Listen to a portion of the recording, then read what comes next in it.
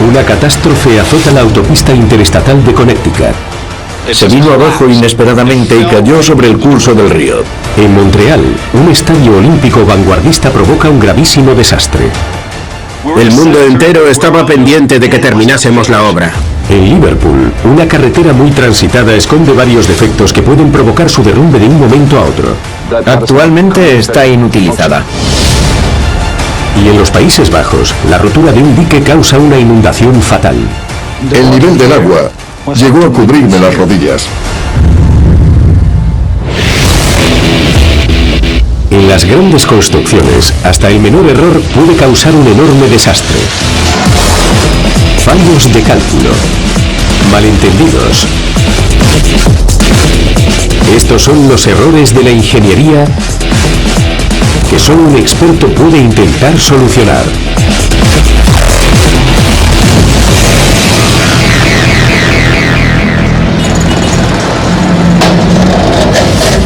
Ingeniería letal. Los ingenieros siempre tratan de diseñar nuevas formas originales e innovadoras de luchar contra los elementos. Pero a veces, incluso los planes más detallados pueden acabar muy, pero que muy mal. Como este derrumbamiento en Connecticut, que sucedió en una de las autopistas más transitadas del estado. Construir un puente de esta forma es muy rápido y barato. Una calamidad del diseño que terminó en desastre. Cada vez que cruzo el puente, me pongo a pensar en la tragedia. Resulta imposible olvidarla. A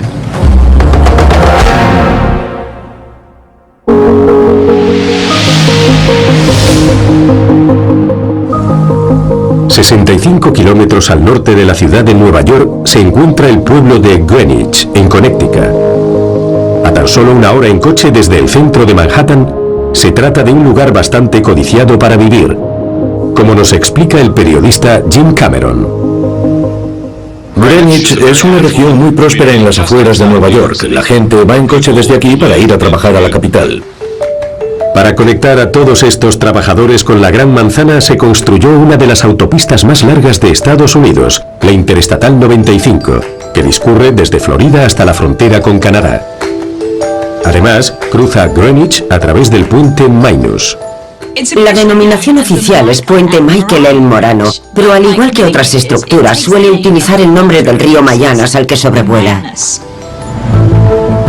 El puente Mayanas se terminó en 1992 y da servicio a más de 90.000 vehículos al día. Se trata de un diseño con vigas de celosía bastante sencillo, pero su predecesor, construido en 1956, fue considerado como una de las estructuras más innovadoras de su época. De hecho, la sección suspendida del puente Mayanas original constaba de 5 plataformas colgantes con una longitud total de 196 metros.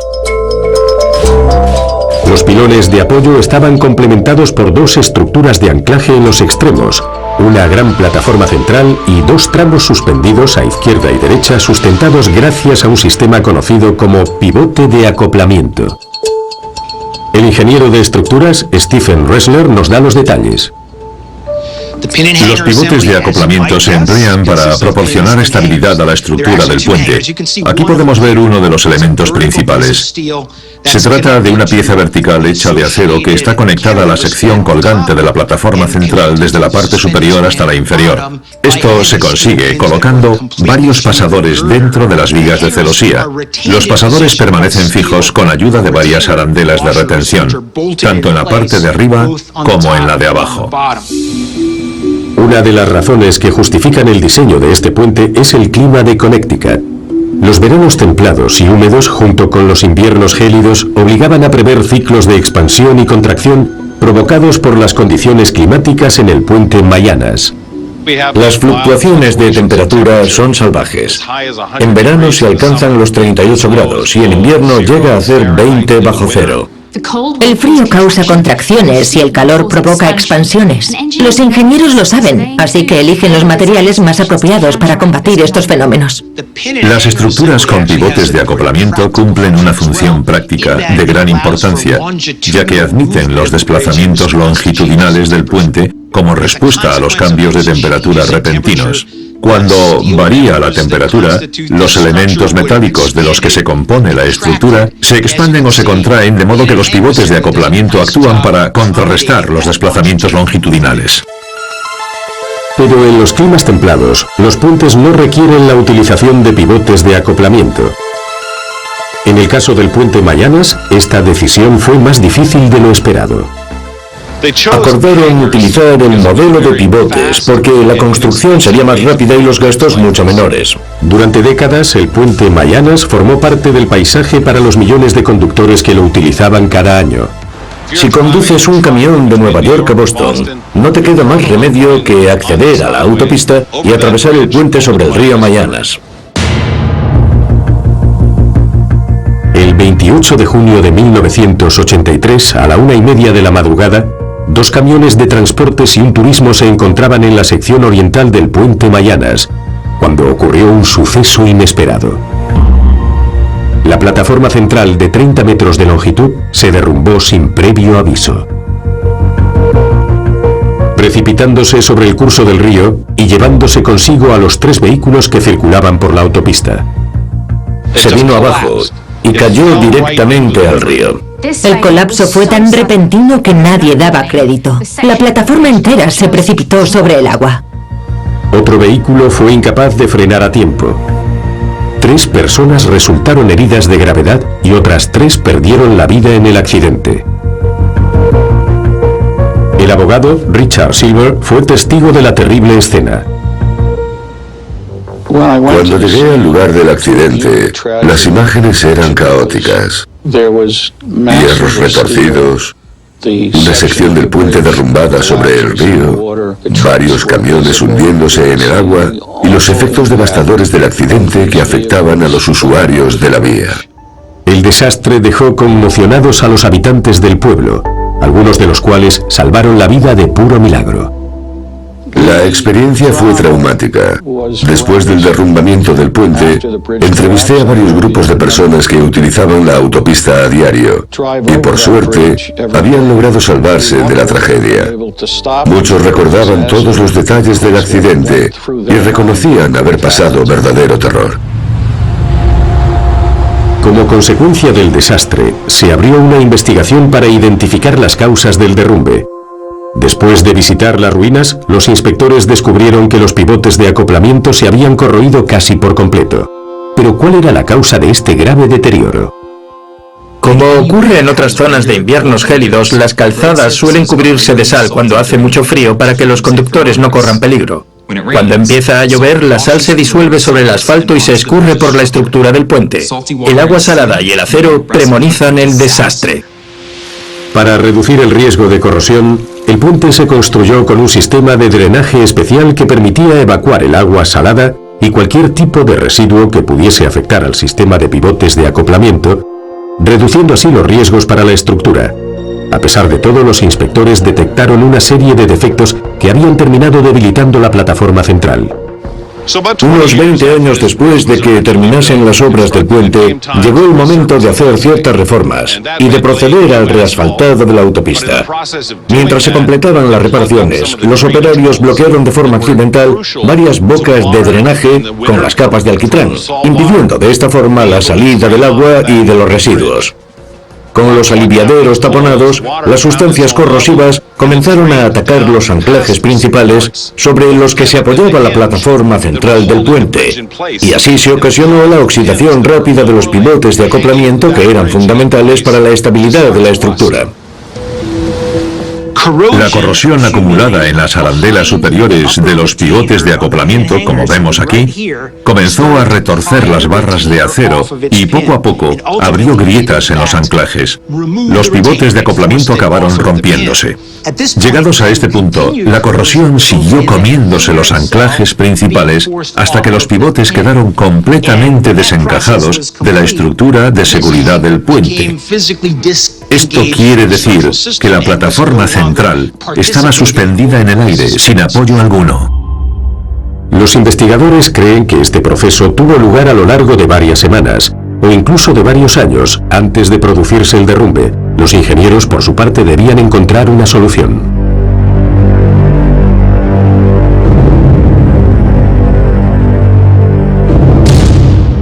Después de inspeccionar las ruinas del puente Mayanas, los investigadores informaron de varios defectos que habían pasado desapercibidos durante décadas.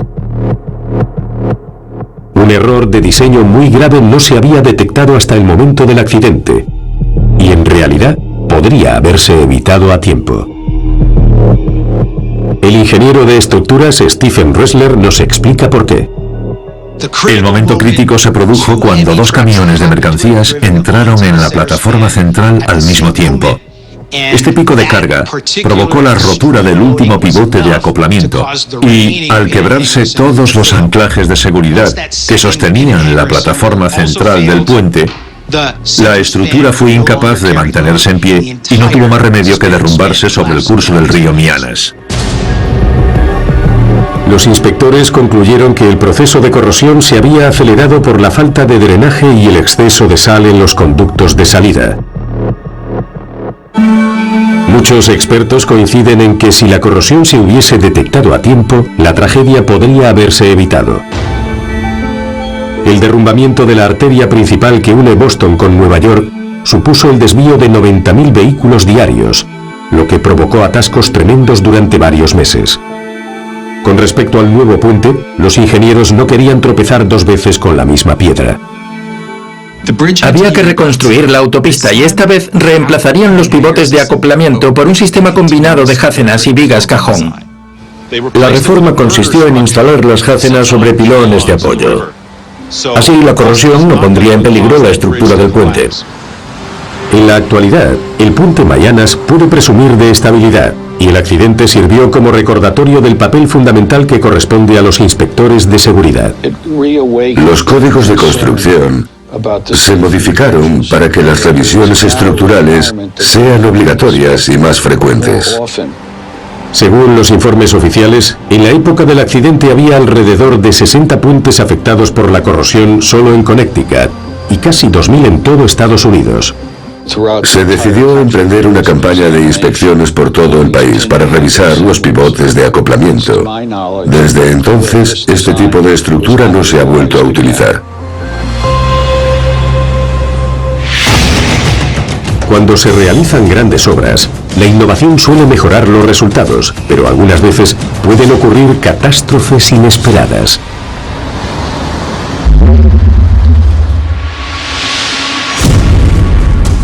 Como esta estructura vanguardista que puso a Canadá en el mapa por razones funestas.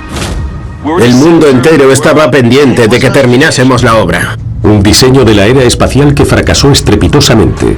Esta construcción se les fue de las manos y originó un sobrecoste superior a los $1.000 millones. Una cubierta revolucionaria que 4 décadas después no logró resistir los inviernos canadienses. Se trata de una catástrofe de la ingeniería casi imposible de solucionar.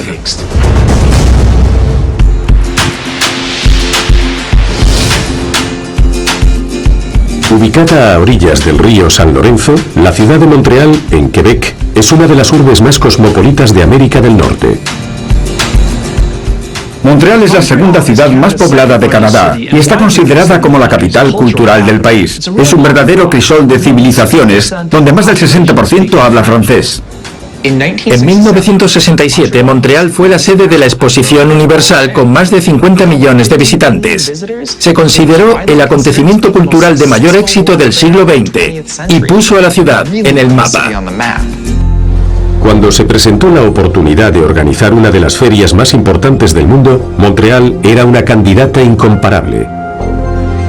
Además, el 12 de mayo de 1970, esta urbe canadiense consiguió la nominación como sede de los Juegos Olímpicos de Verano del año 76.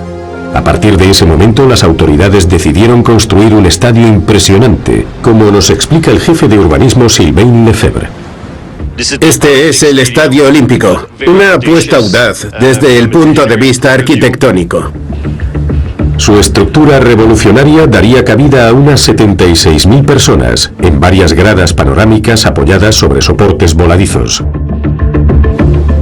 Encima de las gradas, con una inclinación de 45 grados y una altura de 175 metros, se construiría un edificio modernista 3 veces más grande que la torre inclinada de Pisa. Desde el principio, la estructura del Estadio Olímpico se consideró muy ambiciosa, ya que se trataba de un coloso acompañado de la torre inclinada más alta del mundo. Y los arquitectos no habían dicho la última palabra. La pieza clave de los Juegos Olímpicos siempre es el estadio, y Montreal pretendía marcar un hito histórico a la hora de construir la cubierta. Como muchas otras ciudades de Canadá, Montreal sufre inviernos gélidos que se prolongan a lo largo de 5 meses. Por ese motivo, para que el estadio pudiese utilizarse todo el año, debía construirse una cubierta en condiciones. Sin embargo, las normas internacionales requieren que las pruebas se realicen al aire libre, de modo que los diseñadores decidieron que la cubierta contaría con una plataforma retráctil. Actualmente las cubiertas retráctiles son habituales, pero por aquel entonces, esa tecnología acababa de nacer. La cubierta retráctil iba a estar formada por una membrana naranja y plateada más grande que un campo de fútbol, y sus 70 toneladas de peso colgarían de 26 tensores de acero. La idea consistía en plegar esa carpa tan gigantesca como si fuese un paraguas y guardarla en la torre anexa. Dado que se trataba de un diseño revolucionario, el material escogido debía ser lo bastante flexible y resistente como para soportar las fuertes ventiscas del invierno canadiense y al mismo tiempo lo bastante ligero como para cubrir por completo una superficie gigantesca. Los ingenieros optaron por emplear la fibra de Kevlar, ya que se trataba de un material novedoso, ultra resistente, ligero y sintético. Sin embargo, jamás se había empleado en una estructura de esa magnitud. El Kevlar es magnífico para los chalecos antibalas, pero su rendimiento no es tan bueno cuando se pretende diseñar una cubierta retráctil. Antes de comenzar las obras, los materiales ya presentaban varios inconvenientes. El estadio pretendía dejar a todo el mundo boquiabierto, pero solo causó problemas. A pesar de que la nominación de Montreal como sede de los Juegos Olímpicos de verano de 1976 se produjo a principios de mayo de 1970, el diseño del estadio no se aprobó hasta más de 2 años después. En consecuencia, las obras no se iniciaron hasta finales de abril del 73.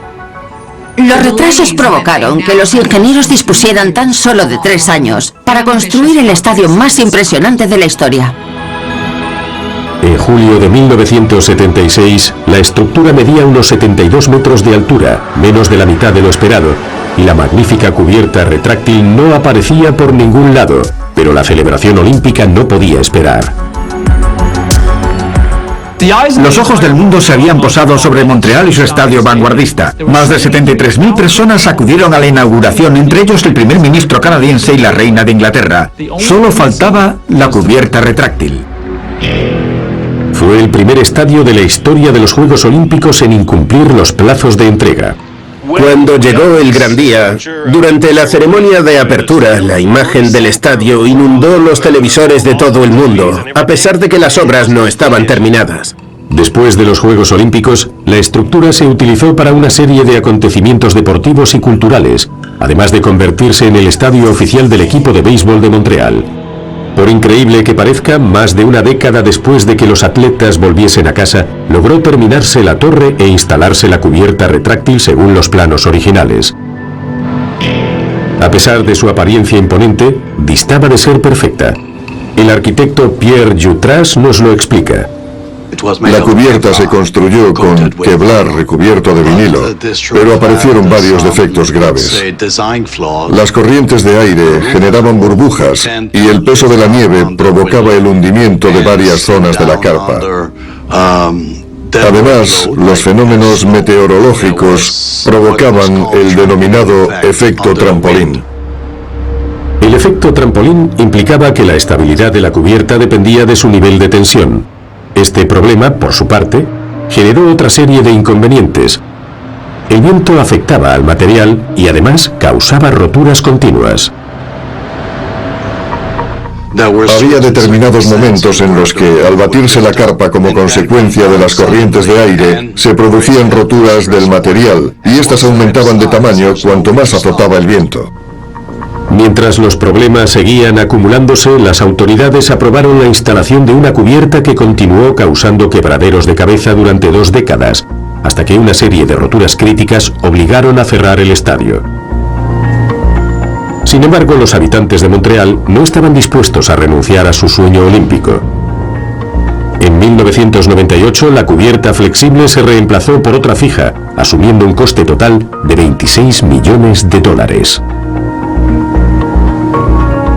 Esta vez utilizaron teflón en lugar de Kevlar, pero los ingenieros volvieron a equivocarse.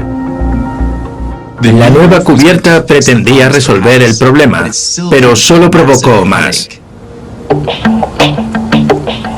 El punto crítico de la reforma consistía en hacer encajar el nuevo techo de teflón sobre el armazón original. La cubierta se construyó empleando fibra de vidrio reforzada con teflón, mientras que el armazón superior del estadio se componía de cables flexibles que cubrían una superficie enorme. Desafortunadamente, la fibra de vidrio reforzada con teflón no es muy elástica. En el segundo intento, aunque parecía que habían acertado con el material, se dieron cuenta de que la estructura reticular estaba pensada para materiales flexibles como el Kevlar. En 1999, a los pocos meses de completar la instalación, uno de los paneles de teflón se vino abajo a causa del peso de la nieve. En ese momento, 200 personas estaban preparando una actuación en la pista principal. Afortunadamente, nadie resultó herido, pero el accidente sirvió para que las autoridades anunciaran el cierre inmediato del estadio toda vez que se pronosticaran 3 centímetros de nieve. Esto suponía un grave problema para una ciudad con 5 meses de invierno. Es muy raro que en Montreal se registren menos de 40 centímetros de nieve durante el invierno, así que clausurar un estadio cuando caen menos de 3 centímetros no parece nada lógico. La cubierta había aguantado más de 20 años, pero el estadio se clausuró en cuanto llegaron las primeras nevadas. Hasta las cargas más diminutas podían provocar microroturas en la malla de teflón. Cada año que pasa aparecen cientos de agujeros en la cubierta del estadio. Cuando el cómputo alcanzó las 8.000 perforaciones, se decidió emprender una nueva reforma. Una vez más, los millones de dólares invertidos en mejorar la cubierta no habían servido para derrotar a los inviernos más crudos de Montreal. A pesar de los inconvenientes ocasionados y la falta de exposiciones universales en las últimas décadas, el Estadio Olímpico de Montreal sigue utilizándose para organizar grandes acontecimientos. Por esta razón, en 2017, el gobierno de Quebec resolvió que se invertirían $250 millones en construir la nueva cubierta, un importe equivalente al presupuesto total de los Juegos Olímpicos de 1976. En realidad, si se tienen en cuenta las modificaciones, alteraciones y retrasos, el gasto acumulado se sitúa en torno a los $1.000 millones. A pesar de los inconvenientes, equivocaciones y fracasos, la ciudad merece un estadio y una cubierta para estar orgullosos. Este estadio se ha convertido en una de las catástrofes de la ingeniería más costosas de la historia reciente de Canadá, pero el diseño innovador de este hito olímpico aún destaca en el perfil urbano de la ciudad. Aunque las obras de la cubierta siguen en marcha a día de hoy, con un poco de suerte podrán completarse antes de que se organicen otros juegos. Los retrasos en los trabajos de cubierta indican que no se terminará hasta el año 2024, 6 décadas después de que la ciudad celebrase los Juegos Olímpicos. Sin ninguna duda se trata de una maratón más que de una carrera de velocidad.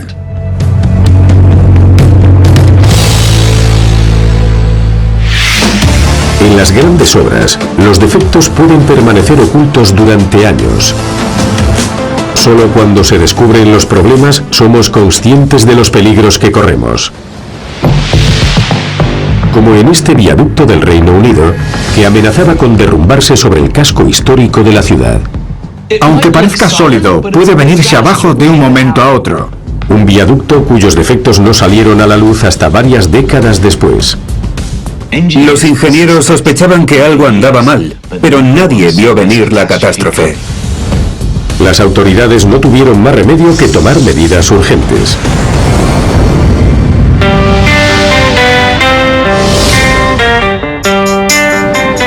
Liverpool, situada al noroeste de Inglaterra, es una de las ciudades más conocidas de todo el Reino Unido.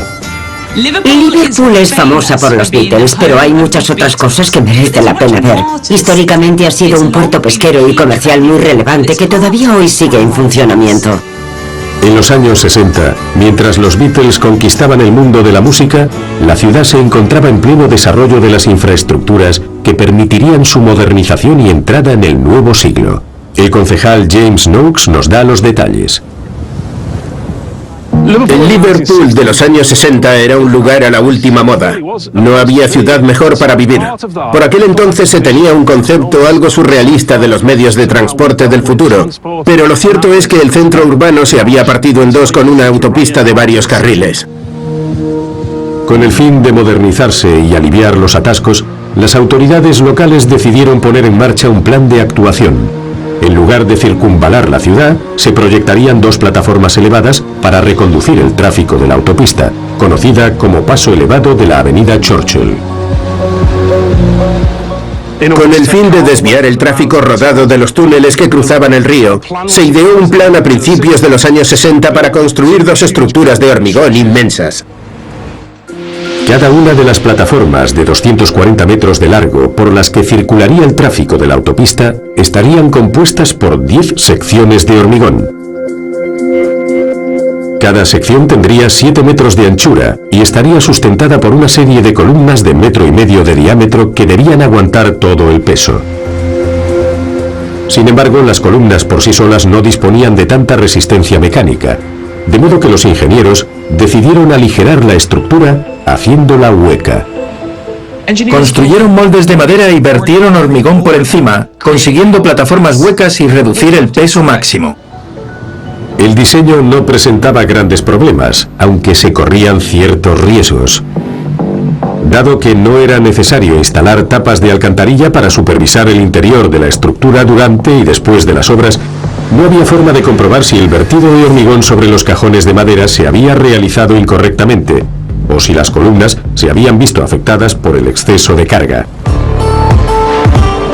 Tras su inauguración en 1970, las autopistas elevadas pasaron a formar parte de la nueva red de transporte urbano. Pensadas para durar unos 70 años aproximadamente, los primeros signos de agotamiento empezaron a aparecer poco después de una década.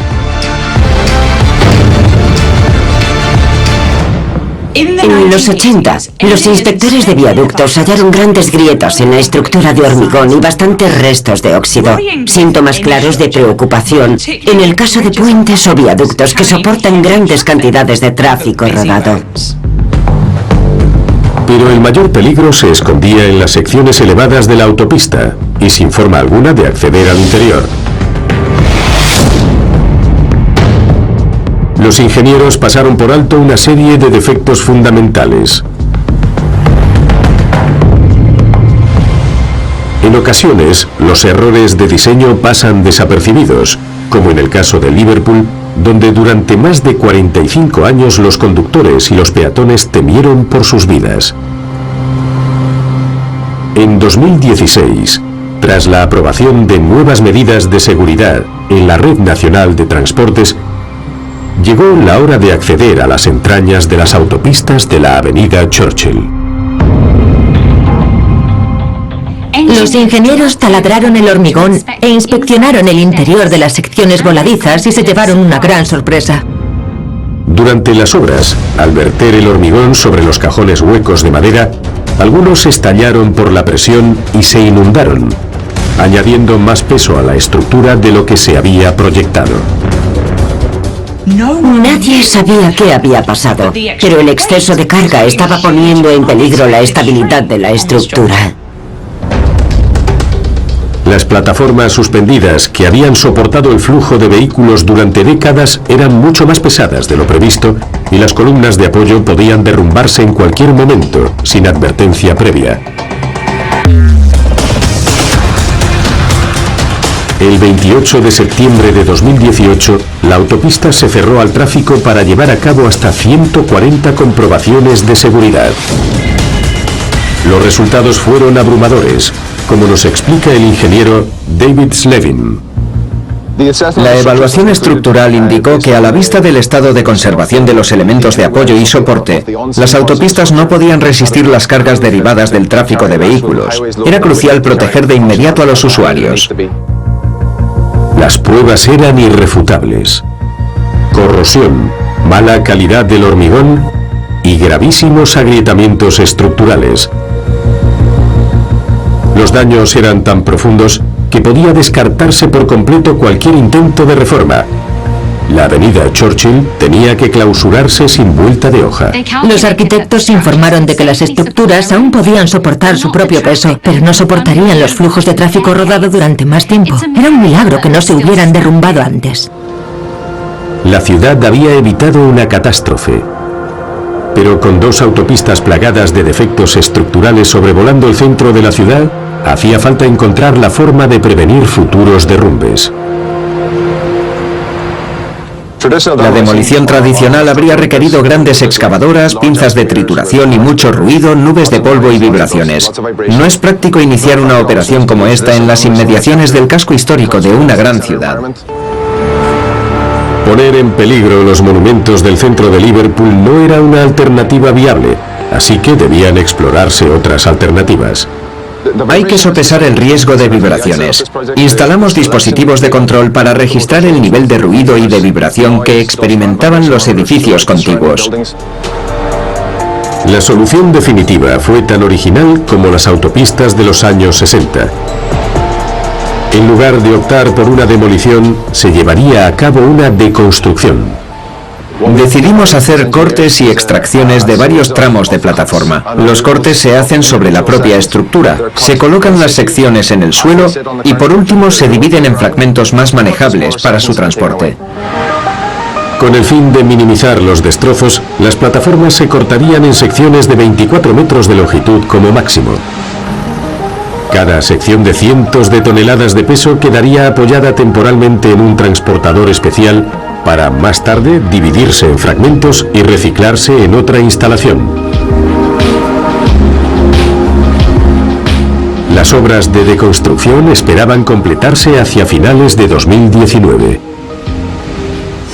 Los tramos de autopista ya no valen, pero el plan urbanístico se está modificando para usar su antiguo emplazamiento. Pase lo que pase a partir de ahora, los ingenieros de Liverpool están preparados para marcar tendencia. En el diseño industrial, es imprescindible prever el comportamiento de los materiales en condiciones extremas. Si se pasa por alto algo, por imposible que parezca, puede ocurrir una catástrofe. Como en este desastre de la ingeniería en los Países Bajos. En un país conocido por sus planicies, fue un suceso aterrador. Un defecto que inundó pueblos enteros. Las 600 casas de Wilnis no estaban preparadas para la rotura del dique de contención. El agua me llegaba a la altura de las rodillas.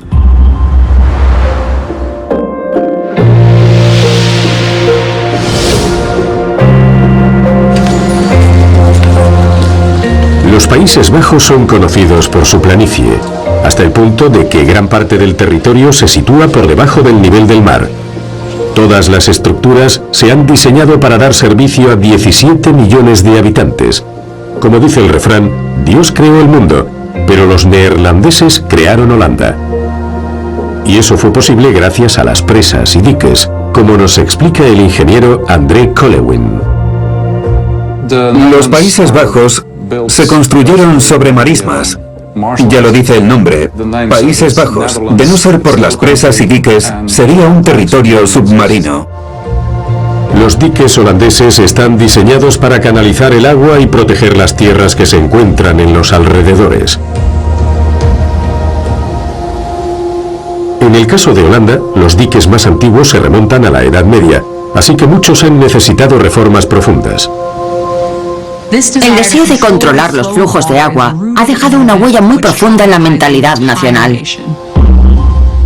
Tras el maremoto de 1953, que causó la muerte a unas 2000 personas, el gobierno neerlandés se comprometió a reforzar las medidas de seguridad contra las catástrofes naturales y comenzó a invertir miles de millones de euros en la construcción de una red de presas, diques, canales, bombas y barricadas. Controlar los flujos de agua es vital para los Países Bajos. 2/3 partes del país están protegidas por diques. La nueva red de infraestructuras asegura una protección constante. El día que falle este muro defensivo no habrá nada que ponga freno al torrente de agua. Muchos de los diques se construyeron para dar servicio a las prospecciones petrolíferas, pero este combustible no es el más tradicional. La turba es el combustible fósil del pasado. Suele aparecer en marismas y zonas húmedas donde abundan los helechos y los bosques palustres. Sin embargo, cuando se seca, arde durante mucho tiempo. La turba se compone de capas y capas de materia vegetal en descomposición y varios tipos de materia orgánica. Tarda miles de años en formarse y el producto final se puede emplear para diversos propósitos. En los Países Bajos se ha explotado la turba desde el siglo XVII, primero como combustible fósil, luego como cama para los animales y después como fertilizante. Una vez extraída la turba, se aprovechaba el pozo para construir diques o presas pequeñas. Eso mismo es lo que ocurrió en el pueblo de Wilnis, del que es vecino el periodista Peter Baca. Wilnis es un pueblo muy tranquilo donde no suele pasar casi nada. Ser periodista no es tarea fácil. Sin embargo, en agosto de 2003, la serenidad de Wilnis se vio interrumpida súbitamente. Eran las 2 de la madrugada. Me desperté y vi que estaba ocurriendo algo raro en Wilnis. Comprobé los mensajes, me subí al quad y me dirigí al lugar de los hechos. Cuando Peter llegó al canal, se quedó con la boca abierta. Todo el mundo había salido a la calle. Un torrente había empezado a fluir por el dique y aquello parecía el océano. Toda aquella agua estaba bajando descontrolada hacia las casas. No era normal. Aún adormilado, el pueblo de Wilnis estaba siendo testigo de una inundación bíblica. Todo el vecindario corría peligro, aunque las causas del accidente no estaban nada claras. En un pueblo completamente dependiente de los diques, los controles de flujo resultaban fundamentales. Peter Heidema todavía recuerda vivamente aquellos sucesos. Yo vivía en esta casa. Era de noche y empecé a oír un griterío en el patio de los vecinos, así que subí las escaleras hasta la última planta. Miré por la ventana y vi el reflejo de la luna sobre la superficie del agua. Me quedé extrañado porque el agua no suele llegar tan arriba. Decidí salir al jardín y después de dar unos pasos, el agua ya me había llegado hasta los tobillos. Seguí caminando y al doblar la esquina, no es que me llegase a los tobillos, es que me llegaba hasta las rodillas. En ese momento sí que empecé a asustarme. Los vecinos se enteraron muy pronto de que el dique de Wilnis se había roto catastróficamente. Hani Bisa, vecina del lugar, nos cuenta una parte de la historia. Miré por la ventana y pensé, ¡hala, cuánta agua! ¿Pero qué pasa? ¿Esto qué es? Estaba claro que las casas del final de la calle, las más grandes, habían sufrido el grueso de los daños, pero también los bungalows que habían quedado sumergidos bajo el agua. Las cosas siguieron empeorando hasta que el contratista Koos van der Waard se dio cuenta del problema.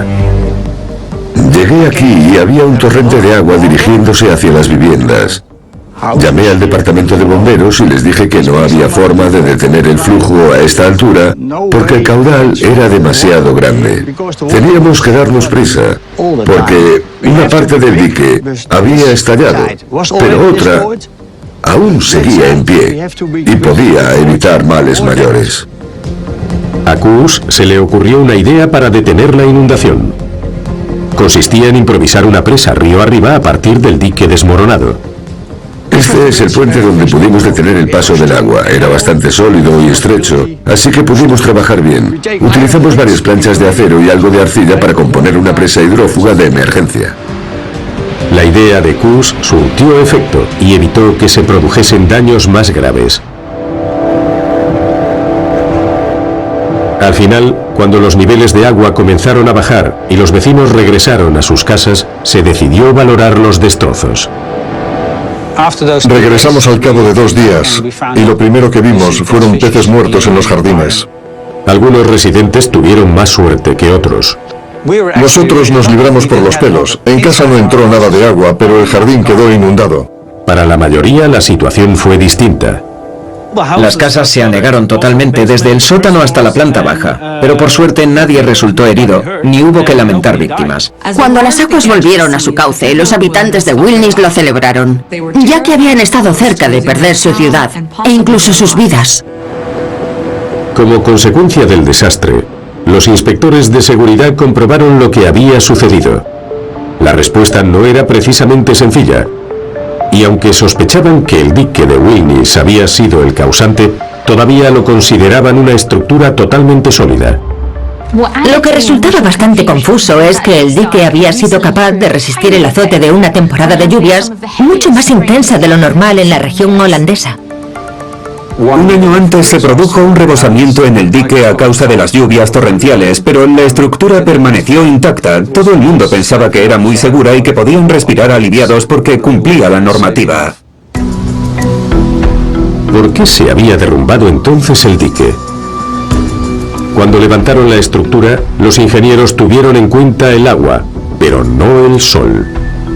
En los últimos meses, Holanda había pasado por uno de los períodos más secos y calurosos de su historia reciente.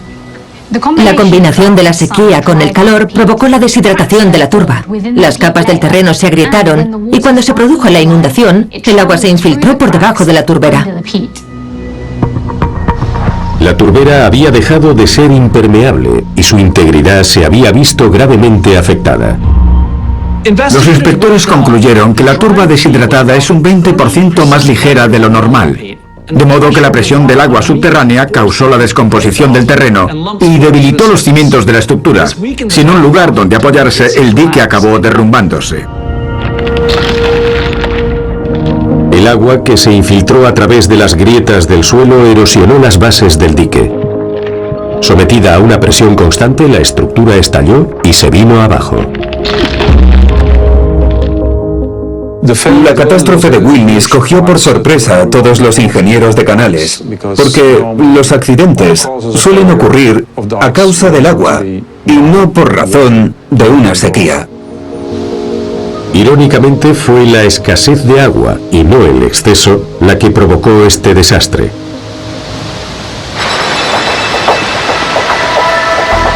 Después del accidente fue necesario reconstruir el dique, pero esta vez los arquitectos desconfiaron de la resistencia de la turbera. La solución para este tipo de problemas consiste en instalar una capa de arcilla sobre los diques de turba, porque sirve para amortiguar el proceso de deshidratación y aporta más estabilidad a la estructura. La arcilla es menos porosa que la turba y su nivel de resistencia mecánica es mucho más elevado, por lo que garantiza la estabilidad de los cimientos del dique. Además, decidieron instalar varios refuerzos en el centro del pueblo. Antes del derrumbe, el dique estaba hecho de turba, pero ahora tenemos una preciosa estructura de hormigón y acero con la que dormimos muchísimo más tranquilos. Aunque hicieron falta varios meses para que el pueblo se recuperase, no hubo que lamentar víctimas gracias al ingenio de Koos. Tuvimos suerte al ser capaces de embalsar el agua. Eso sí, los voluntarios y yo pasamos la noche en vela.